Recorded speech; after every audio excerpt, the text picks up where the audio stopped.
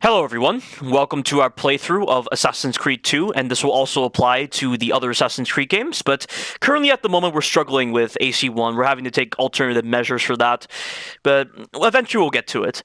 So I'm going to be joined by my friend Pcol, because we're both massive Assassin's Creed fans, Hi, it's me. and what better way to start off this fantastic game series that eventually spiraled out of control into the mess that is Assassin's Creed Odyssey and Valhalla. Then by starting with AC2, one of the greatest Assassin's Creed games ever made. So since we're not going to be starting with AC1, I'll try to inform you a bit of the story right now. So Assassin's Creed is all about the past day and the modern day. So right now, this cutscene is showing both the past and the present. You're playing as Desmond Miles, a character from the present, who is essentially using a device made by Abstergo, a company that has taken a lot of influences from a first civilization that existed way before humans did. And this first civilization is far more advanced than the humans of this generation. And using the first civilization data, they were able to construct a device known as an animus, a device that allows the user to essentially look at the genetic memories of their ancestors. And in AC1, Desmond Miles was looking at the genetic memories of Altair ibn al-Lahad, which by the way is a really cool name. And through Altair, he was able to discover who Altair was, and then the whole origin of the Assassins and the Templars, and then he was also able to discover the first civilization relic. So Altair had actually discovered the first civilization relic known as an apple. And the apple is a device that allows the user to control the minds of individuals who have this neurotransmitter present because the humans and the first civilization had actually breathed together during that period. That's one of the...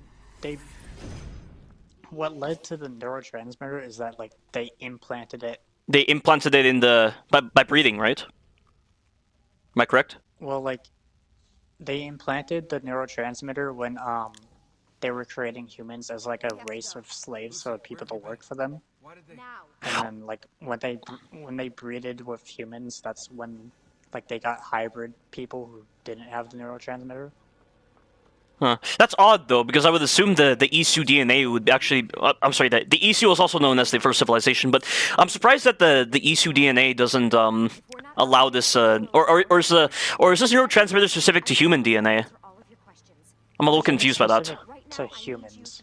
Because, apparently in Assassin's Creed lore, the humans were, evolved to monkeys, like we have in our real world, but, the reason we evolved from monkeys is because the first Civ made us that way, but they wanted a slave race of people to work for them, so they needed the neurotransmitter to control them to work. And they made the neurotransmitter specific to humans to control them. Yeah. Okay, because Desmond Miles, also known as Subject 17, he has traces of first Civ DNA. He has about a 0.952% of first Civ DNA, and it's this first Civ DNA that allows users to use the apple or any other pieces of Eden. And the thing I'm very confused about with that is how does the whole mind control aspect work in that case? Like, when you're using the apple, do you have to not have the Isu DNA in order to actually be mind controlled by it? Like, that's the part that confuses me. Well, if you're the one using the apple, I don't think you're being mind controlled by the apple, because you're the one controlling the minds of others. Yeah, but Al-Mualim was tainted by the apple, though. And then I think he was also because he was secretly on the side of the Templars too, and that's kind of what caused it. Yeah, but then what about in the case of Abbas? Abbas had fallen under the temptation of the apple, and Altair even acknowledges this. Like, in Assassin's Creed Odyssey, Layla was using the stuff of Hermes, and it was actually corrupting her. In a sense. Or is that whole corruption aspect very different to the whole idea of actually being mind controlled by the device? Well, I think it's kind of mind control, but it's not exactly. Because I think the apple is the only thing that's specifically for mind control. I suppose, yeah. Maybe the other ones are different. Because in Unity you have the Sword of Eden, but that creates lightning stuff and explosions. But that doesn't mind control you. Yeah, but then why do individuals who use the pieces of Eden get corrupted by the influence? Probably because they don't have enough first of DNA to like control it. Yeah, but then, or is it more so that they're so like tempted by the power that it just seems like they're being mind controlled by the device? I guess. Yeah, but that just seems very odd to me. You'd assume that Layla or Desmond or like Al Mualim or Abbas would actually have the self awareness necessary to overcome that corrupting influence. Rather odd that it would work like that. But what's happening here is at the end of AC1, Desmond finds the piece of Eden and he gets extracted out of the Animus. And there's this whole process that's explained in the Ezio trilogy where prolonged exposure to the Animus leads to the development of a phenomenon known as the bleeding effect. And the bleeding effect is essentially where the past and present memories are blended together. And this creates very unusual effects. Like, for instance, you have hallucinations that occur in this game. So Desmond goes through these hallucinations of the past without actually having to be in the Animus. And then also, Desmond gains access to certain abilities that his ancestors have, like, for instance, Eagle Vision. And Eagle Vision is a special ability, but we'll actually get into the whole idea of Eagle Vision later on once we actually get introduced to it. Also, another thing with like the Animus and the bleeding effect is that like when you're in the Animus, you're not just like viewing memories of the ancestors, but like you feel like you're like inside your ancestors' body, like actually like controlling their movements. Yeah. So when you're outside the Animus being affected by the bleeding effect, you're actually the one like doing all those movements. Yeah, the Animus isn't a simulation. Essentially what the Animus is, like, the reason why they explain it like that is it essentially allows the mind to be worked up. Like, the fact that the mind is feeling like it's being worked up by this this process that's going on enables Desmond to maintain full sync with his ancestor and not desynchronize. It's a very interesting process because I mean I've heard about this idea before in films and in media, and it's nice that they touched upon this. But the problem is that with the later games, Ubisoft has really gone out of control with the lore. Yeah, and they just say like, oh, it's a simulation, and because of that, we can do whatever we want. Yeah. And we can literally have you collect Thor's hammer in Valhalla and have you like explode people's faces off with like Odin's spear. Yeah, but I think we'll talk about those games later on, like maybe when we actually get to them, or if they actually tie into points that relate directly to what's happening in the game we're talking about right now. Just so it offers us a little bit more freedom of what to talk about. But we're now trying to escape Abstergo right now, and we don't have access to the hidden blade or any other weapons. We just have this fist fighting. And fist fighting is so much better than in AC1. AC1's fist fighting was horrible because you could only punch enemies once and then you had to block. But this one, it's a lot faster, but you don't exactly have the same kind of freedom. I've also never tested if you can like actually die here or anything. I think you're like completely invincible because you don't have like an on-screen health bar or anything. I know in Assassin's Creed 3 you could die as Desmond, but not in these games. Yeah. But the modern day in AC3 is basically just AC3 but reskinned for modern day.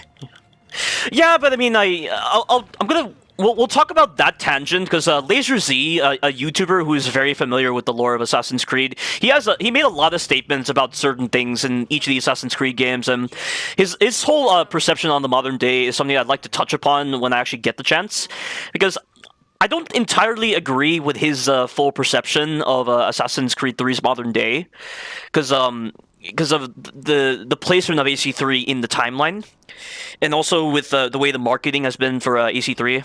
But like I said, well, I'll talk about that with Pcol. But we're now making our way over to the hideout with the assassins. So we just escaped from the Templar headquarters. Abstergo is an organization that is based throughout the entire world, and they descended from the Order of Ancients. The Order of Ancients were essentially proto-Templars introduced in Assassin's Creed Origins. But the Templars are a little bit different to the Order of the Ancients in the sense that they still view humanity as being superior to the Isu. The Order of the Ancients was kind of like an organization that just was entirely devoted to the Isu. Them as gods. Yeah, essentially. And that whole topic of the Isus actually being like perceived as gods, they're not actually gods. They're an advanced race of human beings, as I've already explained. But for some unknown reason, Ubisoft Quebec has completely messed up the lore on that, and they, for some reason, view the Isu as gods, and that's just one of the worst things that they could have done with the lore.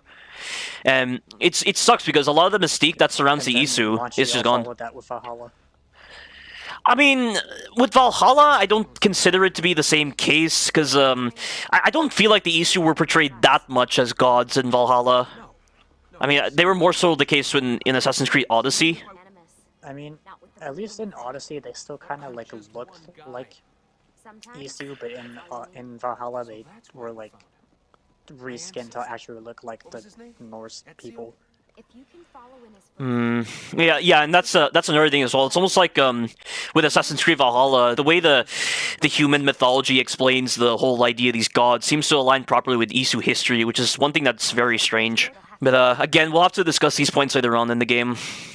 But Lucy has successfully busted out Desmond. Lucy, if you could actually see her from the very first cutscene of Assassin's Creed 1 of this game, her ring finger is cut off during the time of the Crusades, and also before that point. The assassins used to mark themselves by cutting off their ring finger for the hidden blade, as a sacrifice to the hidden blade, as a sort of commitment. But then AC2 got rid of this requirement for the ring finger to be removed. As you just saw there, her ring finger is not cut off. In the cutscene where like she pretended to have her ring finger cut off, she actually just bent it backwards. Did she really? Not actually. No, she just bent it backwards. She didn't actually cut it off. Oh, I thought she did. I mean, did she have to be? Because Lucy was originally an assassin. Didn't they still maintain the whole tradition of cutting off the ring finger? Or was that or did Lucy just do that just symbolize that she is an assassin? She just did that to like symbolize that she was an assassin and like be on Desmond's side. Oh, I always thought her ring finger was cut off. No, she just bent her finger backwards. Okay.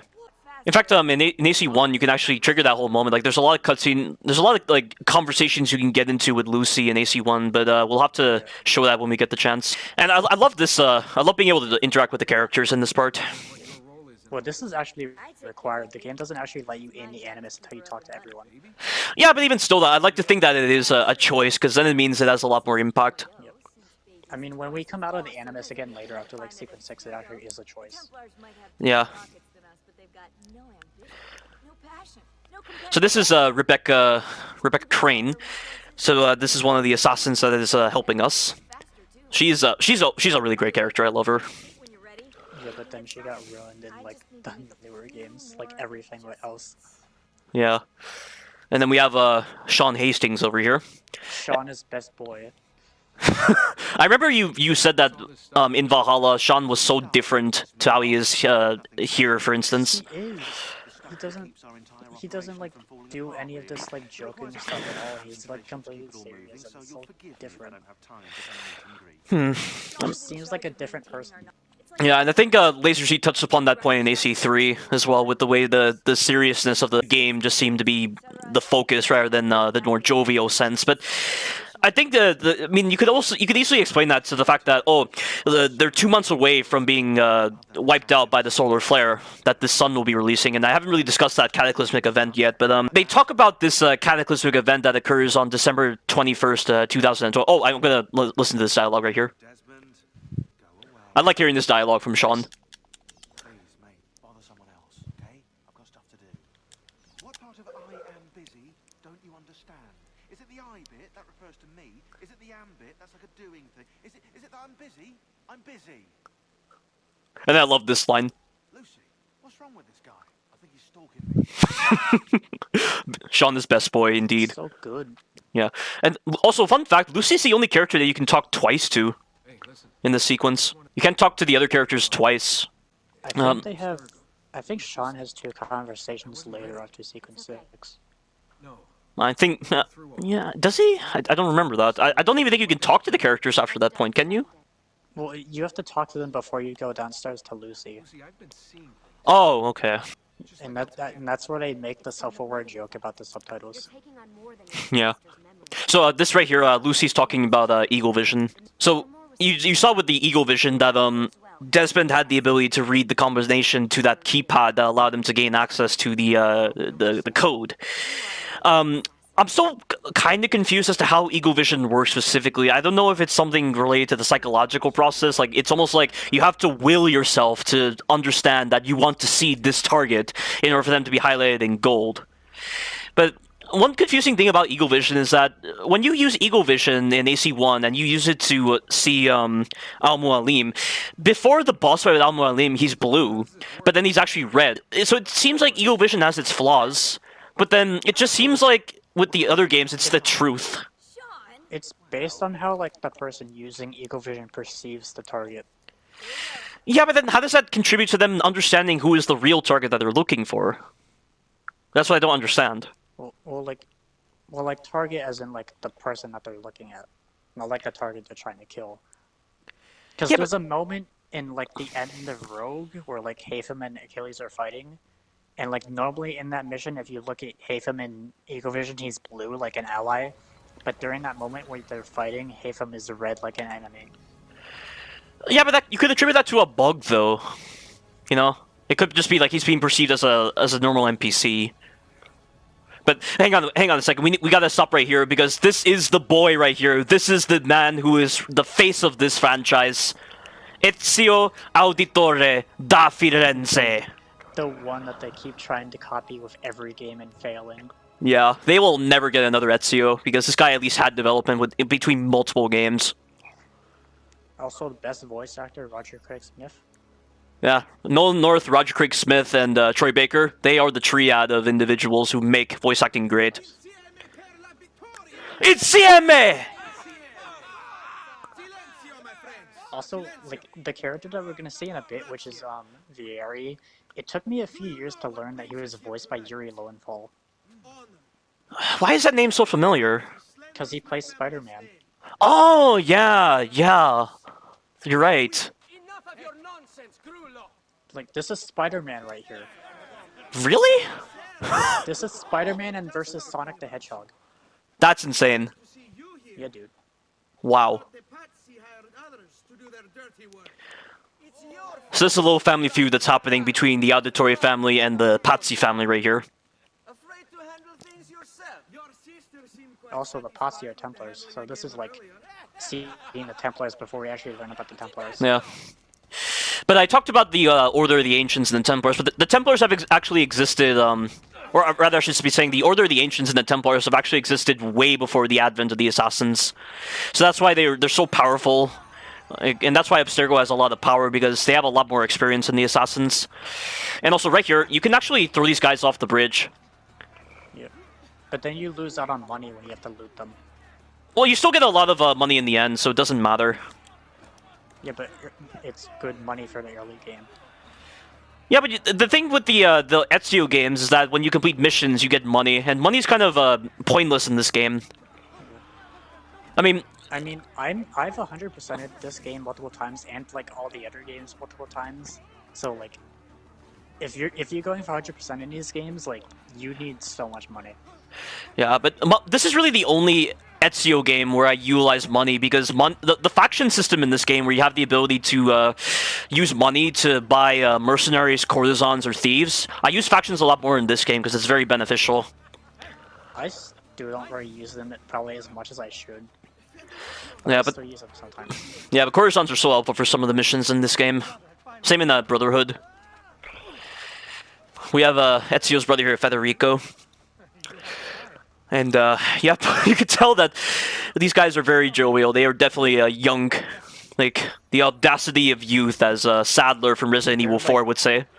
17 right now, I think. Hard to believe they're Federico is this like- young. I think Federico is like a bit older, but Ezio is 17. In fact, there was actually a film before AC2 released, I think, called Assassin's Creed, was it Lineage? Am I correct? What, the one with their dad? Yeah, so that's kind of a prequel to AC2, and with that, it establishes some of the characters, but you don't really see Ezio that much, or even Federico. But I remember in one scene from Lineage, there's a moment where Ezio and Federico are playing chess, and Federico dominated at chess. He easily defeated Ezio at chess, and I can't grab this guy for some reason. That was weird. Never seen that issue before, where he just throws rocks. Come here, you. Yeah, the combat on this game is very, very powerful. You can decimate enemies because this is, of course, an action-adventure game. There's none of those cheap, like, arbitrary damage values that guarantee that you're going to be dealing with the enemies. Based around stupid numbers and like stats and all that random crap. Yeah, exactly. And there's no like random pieces of Eden that you can use in combat for like superpowers. Yeah, exactly. And then you know, it's not so dependent upon like getting these specific weapons. And I don't know what's going on with the AI right now, but the AI is really screwing up. And we are now going to be doing our first mission of the game. I mean, if you're not counting the whole fight with Vieri, of course. So this is introducing us to the parkour system right now, and the parkour on this game and in the Ezio trilogy is the best parkour system ever in the entire Assassin's Creed series. You don't even have to follow Federico, you can just run straight through the road and run to the doctor. Yeah, but where's the fun in that? Speed run. So yeah, you can do stuff like this, where you can bounce off walls to gain some momentum. I mean, I'm not going to be able to demonstrate it right now because there's not a lot of ability to traverse the environment at the moment. Yeah, we won't be getting the climb leap until like sequence 10 or something. Yeah. And really the climb leap is the only addition you get to the parkour system. I kind of wish they added a little bit more with the parkour. Like, Revelations... It's still the best parkour. Yeah, like, Revelations added a lot to the parkour with the addition of the hook blade mechanic. And just with that simple addition with the hook blade, they made the parkour so much more interesting in Revelations. And you could do all these things you just couldn't do before. Also, to win this race, you can just climb the front of the church. Yeah, that's what I do every time. Federico doesn't stand a chance. Seems crazy that for a bunch of 17-year-olds, they're this proficient at parkour. I almost wonder if Giovanni, like almost as if he was preparing his sons to be assassins, he actually made them go through this parkour training. I think that's actually what it is. Like, he was secret assassin training before like they officially got into the Brotherhood, but then he gets killed and then the game happens. Yeah, and then Ezio has to learn about the whole ideology of the assassins through Mario. Oh my god, I almost went right off. The detection on the climb leap, the detection only seems to occur a couple of seconds after you actually like jump off a ledge. So it can be very disadvantageous when you're trying to grab onto ledges that are very close to you. But this is... Assassin's Creed has always kind of had issues of like not oh shit! Where you wanna go. I was close. I was trying to move to the right, but I fell off. Never had that happen before. Yeah, I just wanted to climb up, but I couldn't go to that side for some reason. But this right here is easily one of the greatest introductions to a game. You won't get any other cool introduction like this in any game that isn't the Ezio trilogy.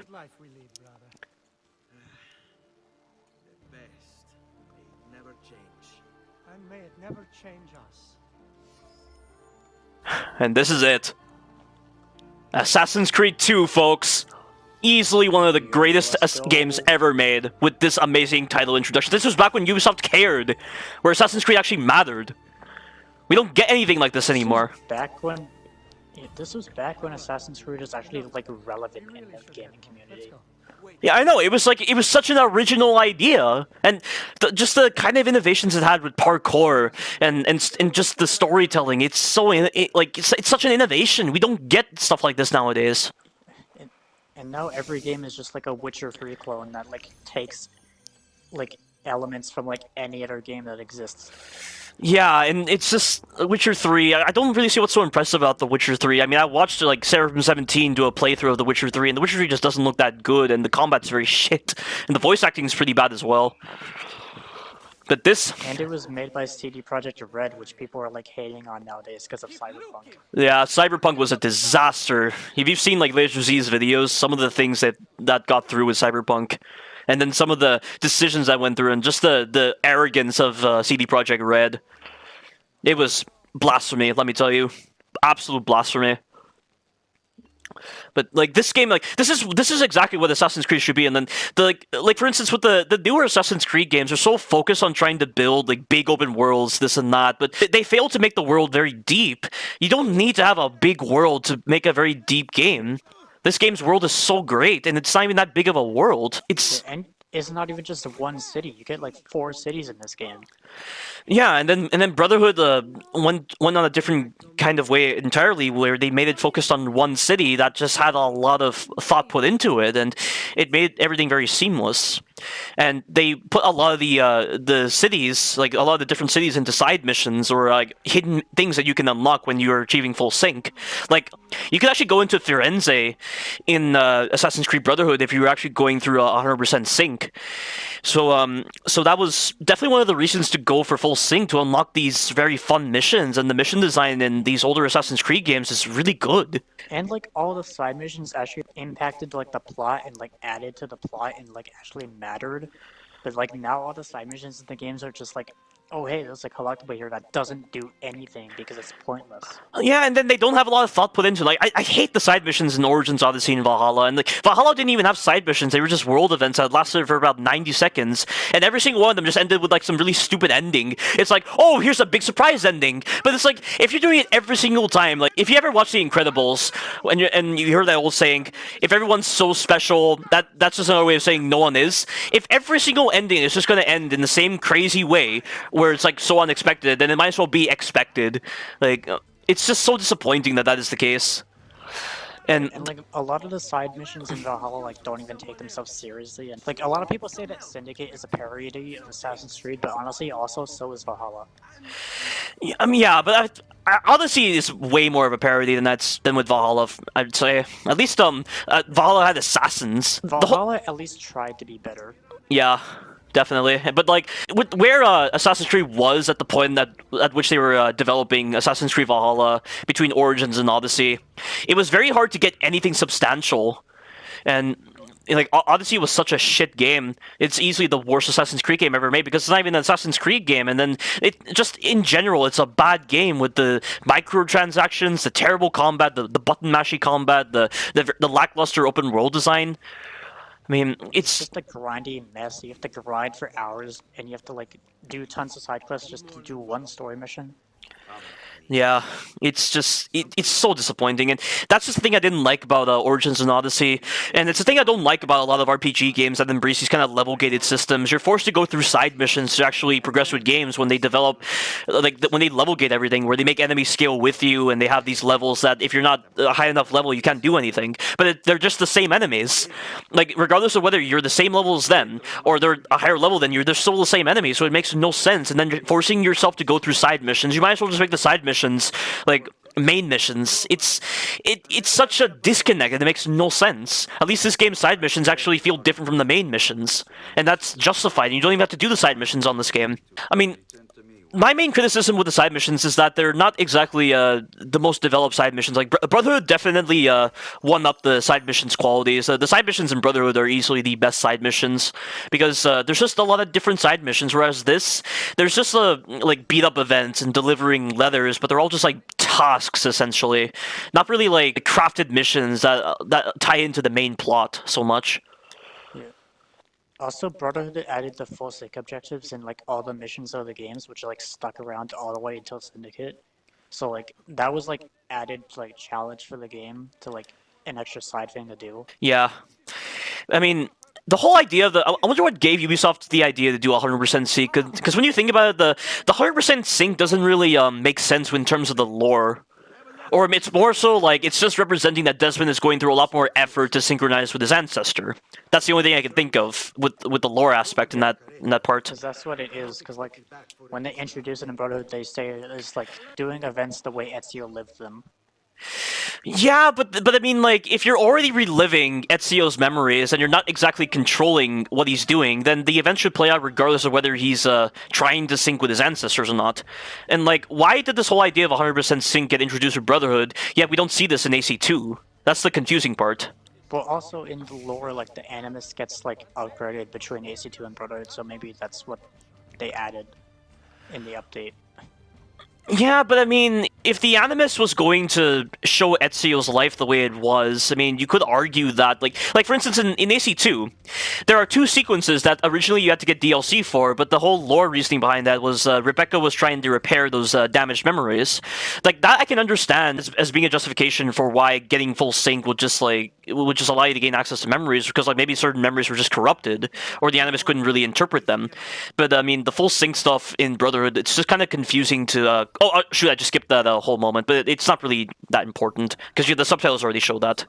But the full sync stuff is just a little confusing to interpret in terms of the lore.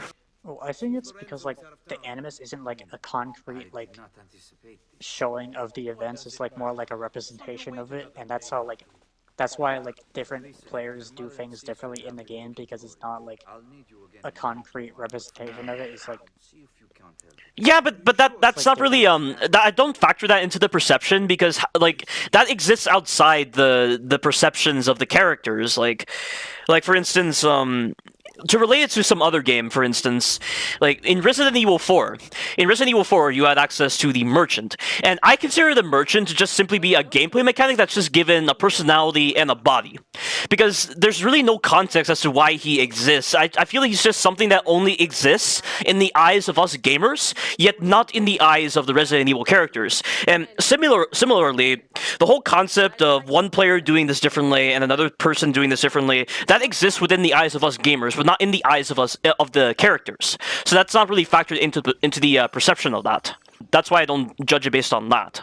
So I mean, and then the whole concrete representation thing. If you're going to be building off of that, then that would honestly give some justification for Odyssey. Because I mean, you could argue that Odyssey's interpretation, like with being able to pick your gender, you could argue that's just part of the fact that the Animus doesn't concretely know like how the events turned out. But Odyssey itself just violates a lot of lore, so you can't really build off of an argument like that. That's just how I feel about that, Pcol.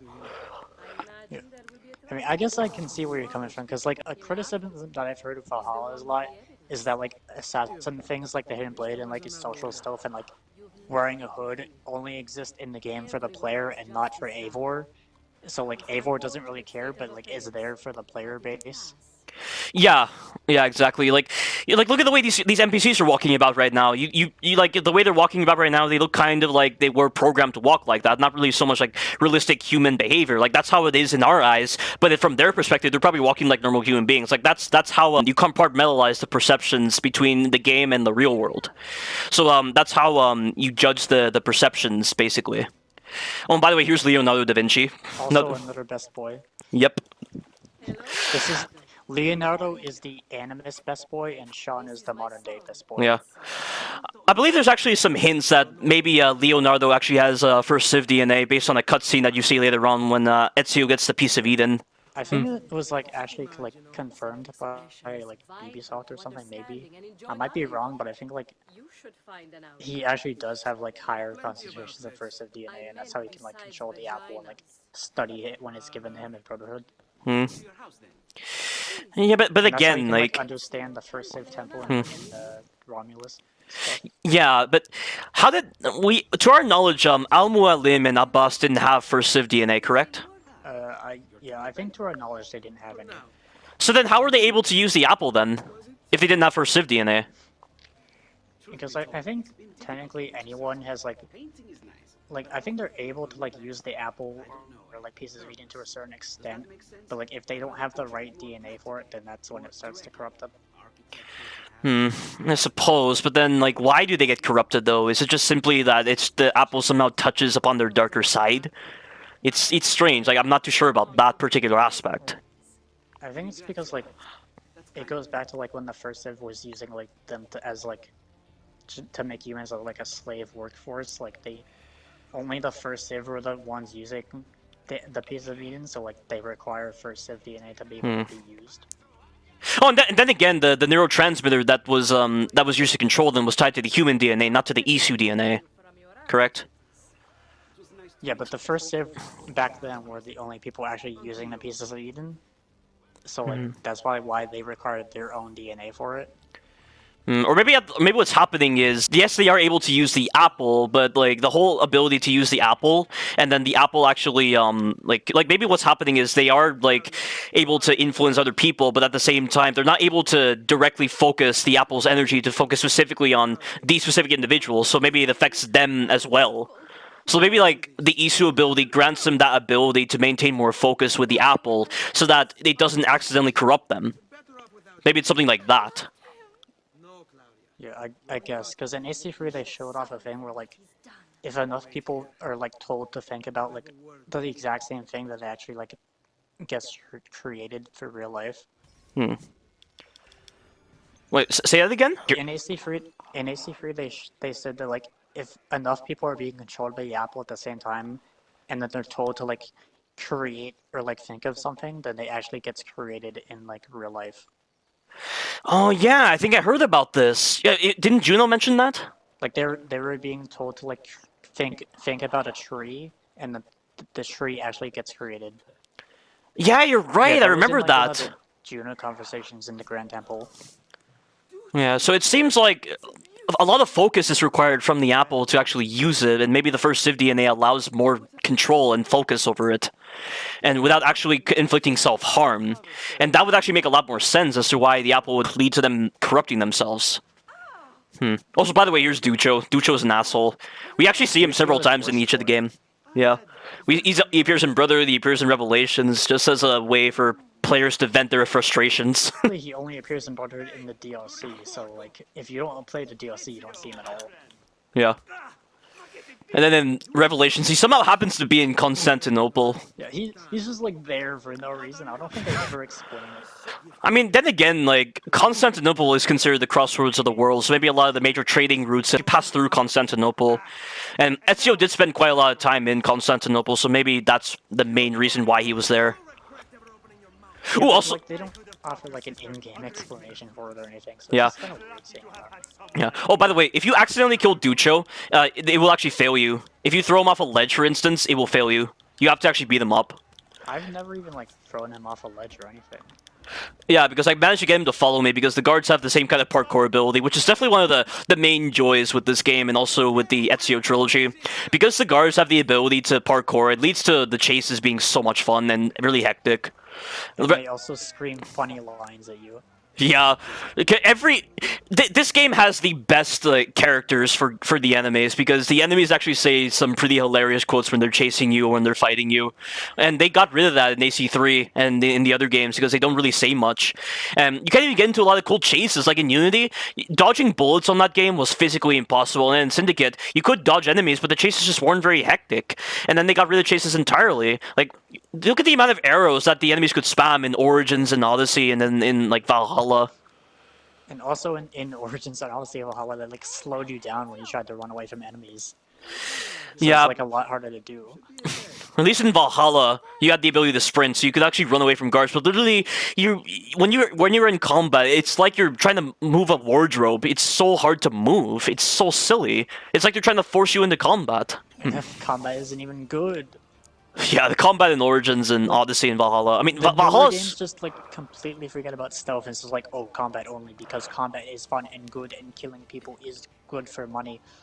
I mean, admittedly, like, Valhalla's stealth was a lot better because you could at least instantly kill enemies if you had that feature enabled. Yeah, except they say it's not the correct way to play it. Yeah, that's so insulting. Like, that is a complete misrepresentation of good game design. It's somehow bad to have an instant kill option to prevent grindy gameplay and microtransactions from being too much of an issue. Like, are you serious? That's also the reason why, like, Ubisoft Quebec, like, removed and, like, banned all, like, the XP grinding quests for the story creator mode for Odyssey, but then, like, pushed the microtransactions for, like, grinding experience points. Yeah, it's just, like... It's trash. Absolute trash. It's just bad game design and like bad like company decisions. Yeah, that's corporate greed right there. Yeah. That's why I always say that Ubisoft is becoming the next EA. Yeah, and also this is really the best way to drop down from ledges. They didn't introduce the whole parkour down system until Assassin's Creed Unity, so you have to tackle. I just jump off. Yeah, you do get a free heal every time you do a mission, but I just prefer to jump down just in case the falls are pretty precarious. I mean, admittedly, the only time you can ever really die from fall damage is if the fall is really extreme, but a lot of the times when you go into the danger state, the game has to actually put you into the danger state before it actually kills you, which is interesting to consider. And then they removed this feature with I think it was AC4 that removed this whole feature where it's not such a binary system where you have to go into the danger state to actually specifically die. There was no danger state system in Assassin's Creed 4 when you were low on life. I mean, I think there is actually, but like it's not like required to go into it to die. Yeah, and now we're going to be getting to the thick of things with the plot here. And this is where Giovanni's life as an assassin comes back to bite him. We're also going to get introduced to the various factions, because this is where we get introduced to the mercenaries and the courtesans and the thieves. And then we also get introduced to the pigeon coop system. Which then leads to side content, which is good because like they tie the side content into the story. Yeah. Oh, in fact, I just forgot. I need to. There's actually a letter you can read from the very first Giovanni mission. Where's the message from? Yeah, this is it. So this is talking about Assassin's Creed lineage. So it talks about the Milano incident, and you see a lot of that happen where they're trying to unravel this conspiracy with the Pazzi and then the other families that are involved in this Templar conspiracy. Yeah, so that's all you really need to know if you're reading through that. But the other documents you can't actually read because they're sealed up, and Ezio says it's wrong because I mean his father is specifically instructing him to do this, and he has a lot of respect for his father. Yeah, because Ezio, a good boy. Yep, and it's nice that they've actually done that because it ties into the whole idea of the assassin ideology believing in love as the central thing that binds them together. And Ezio mentioned in Assassin's Creed Embers that there are more devoted followers who preach hatred than actual love. And it's nice that Ezio actually came out from a really great family because then it actually makes it possible for him to understand the whole idea of love that binds the order together.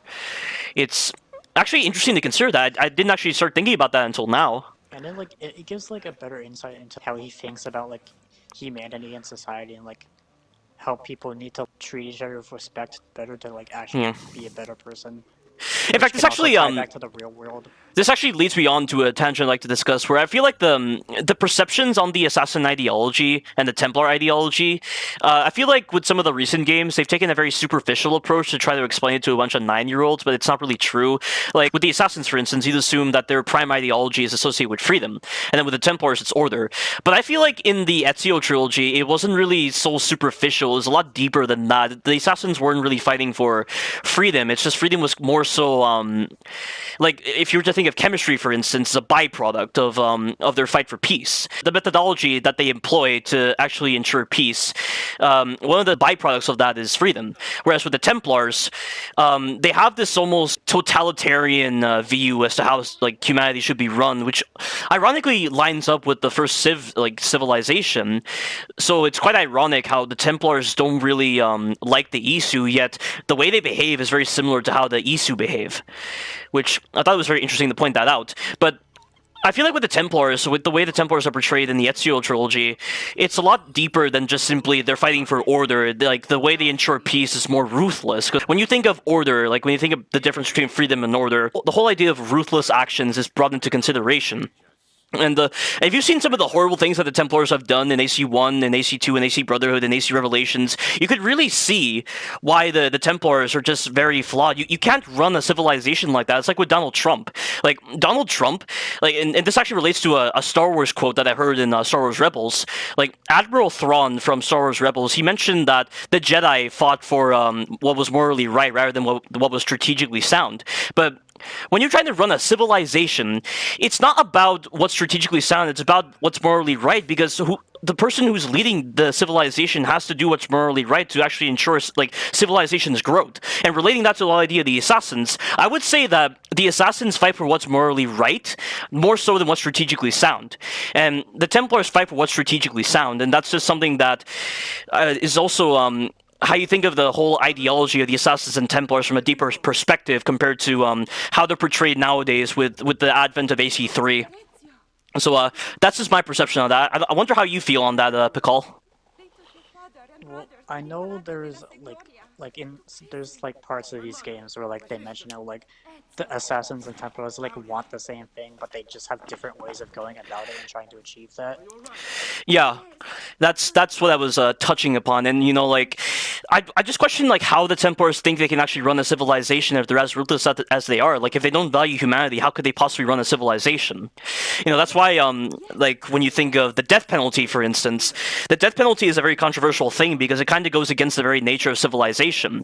You know, if everyone like is actually judging the fate of this one individual, and that really goes to show just how controversial the whole idea is. You don't want to build your foundation of civilization based on that, and that's just something that aligns with what the Templars feel. And that's actually an interesting discussion. If the Templars or Assassins were to actually have this kind of prison system, would the Assassins not embrace the death penalty, or and then the Templars would, or would they both kind of embrace the death penalty, but the means in which they would do it would be different? I feel like that also kind of relates to like the ironies of the creed, where like the assassins kill to achieve peace, but like they also don't want to kill people. Yeah, and in fact, this actually brings on to a point that's actually discussed in AC2. There's actually a codex page left behind by Altair that when you find all 30 pages, and it's actually required for the story, you get to piece together the ironies of the assassins, and then you hear Altair's perception on the creed, and it's such an interesting thing to read. You know, like, it's just such an interesting piece of philosophy to consider. Like, it feels like after playing Assassin's Creed, I feel so disillusioned with the world nowadays. Like, just hearing the philosophy of the Assassins and the Templars and just how deep it is. It's such a deeply ingrained story that just connects greatly. It's so crazy how like you could relate this thing from like a video game from like 2009 that's like over 10 years old to like the real world that we're living in 2021 right now. Yeah, and like when people have such like stigma towards video gamers, I'm just like, you people are living in ignorance. You're not really seeing video games for what they are. I mean, if you're thinking of video games from like the olden days, I mean, yes, you could kind of consider them mindless experiences, but video games have really progressed to a point where it's become a way of life. And Assassin's Creed further contributes to this. Like, everything you're seeing in the Ezio trilogy, it all feels like a way of life. It gives more depth to real life, and that's just one of the things I really appreciate about this game series. And it's just with the newer games, it's like they're reverting back to. It's also like helped by like setting the series in like different historical time periods, because like it gives you like an appreciation of like how far we've come as like humanity as a society from like different like ideologies. Yeah, exactly, and I just feel like with the newer Assassin's Creed games, they're kind of just like, they're not really touching upon this so much. Like, the philosophy just seems to be a second thought with the games. They're just trying to push out something that's just very appealing to gamers, specifically gamers, not really to anyone who has a deep investment with the philosophy of the Assassins and Templars. Like, Origins didn't really touch upon the origin of the Assassins that well, and then Odyssey just completely removed Assassins and Templars entirely, and it was just a mindless comedy. Like, it's just, it's bad. That game is so bad. Like, in the older games, the setting was like the story, but in the newer games, the setting is just like the backdrop for the video game, and it doesn't matter at all. Yeah, like, they actually, I feel like with the Ezio trilogy and the older Assassin's Creed games, they use the setting to complement their own philosophies and all the mentalities associated with an Assassin's Creed game.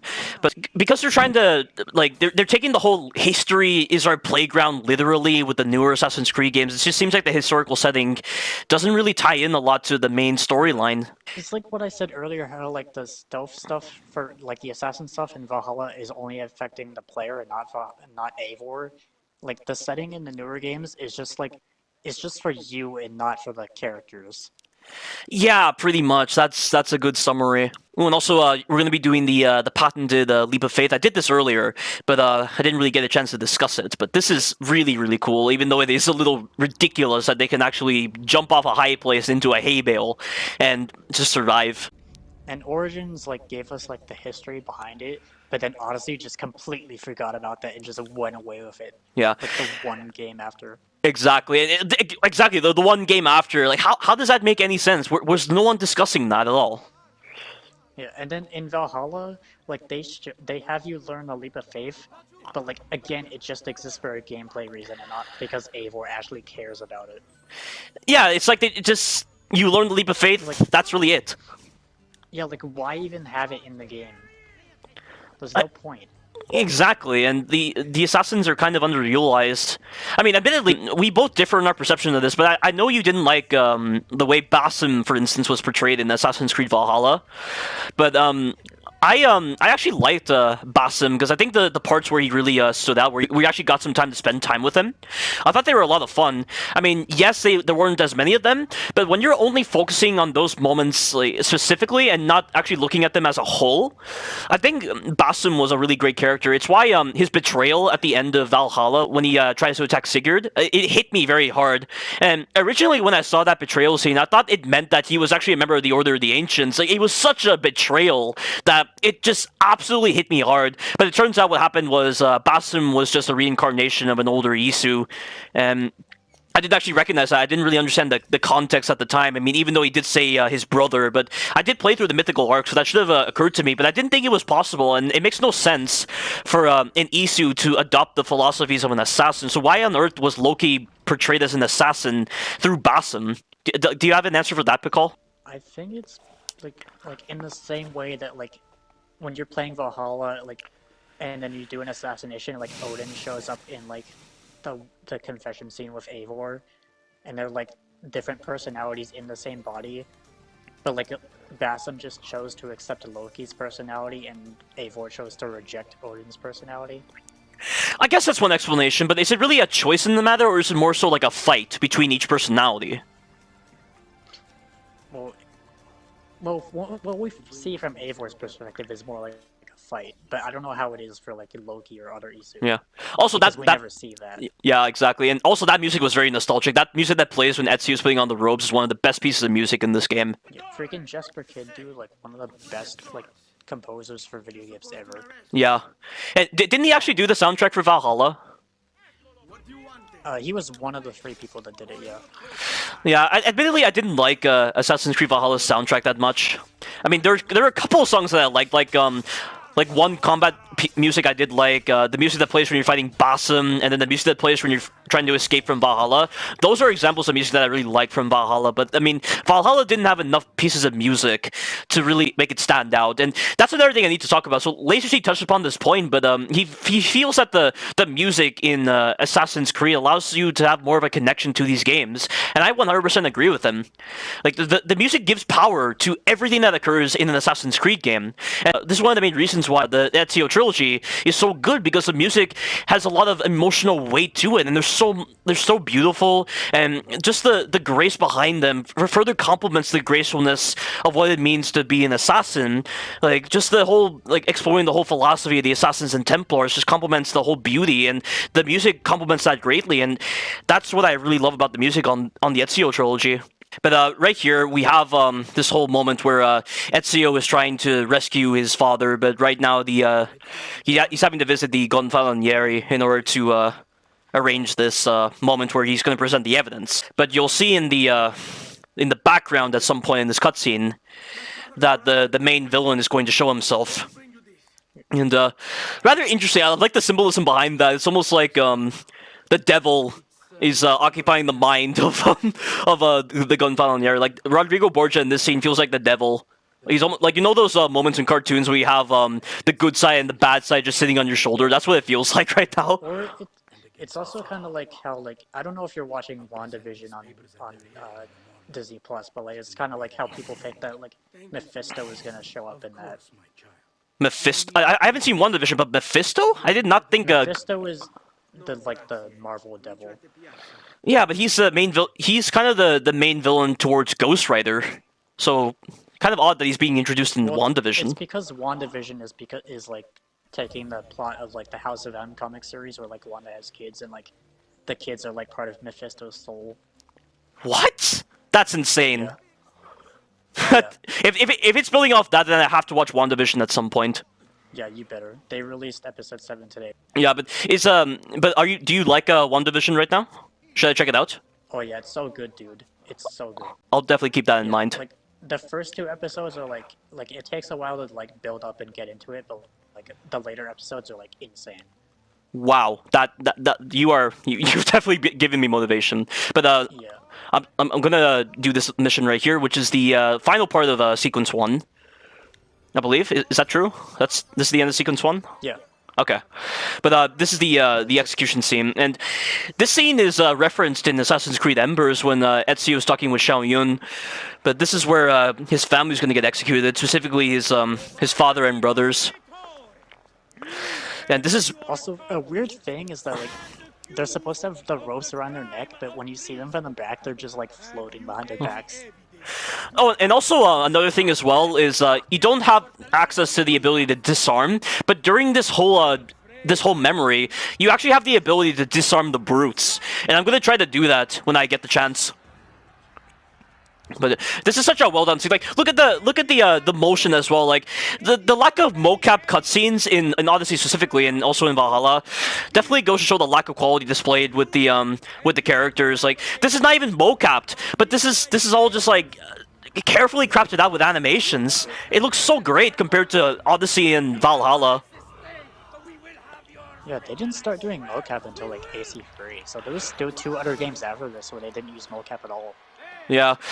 Except for like maybe facial animations, but other than that, like no mocap was done. That's odd though, because wasn't the Uncharted 1 released in 2007? And weren't they using mocap back then? Oh yeah, Uncharted 1 was released before this, and they definitely started with doing mocap. Yeah. Uncharted 2 was also the same year, as both 2009. Alright, come here, you. The taunt on this game is not very good. Yeah. And I couldn't disarm him for some reason. That was odd. God dang it! The timing on that is so specific. Come here. The timing for the counter, like, it seems more strict in AC2 than it is for AC1, honestly. Yeah, definitely.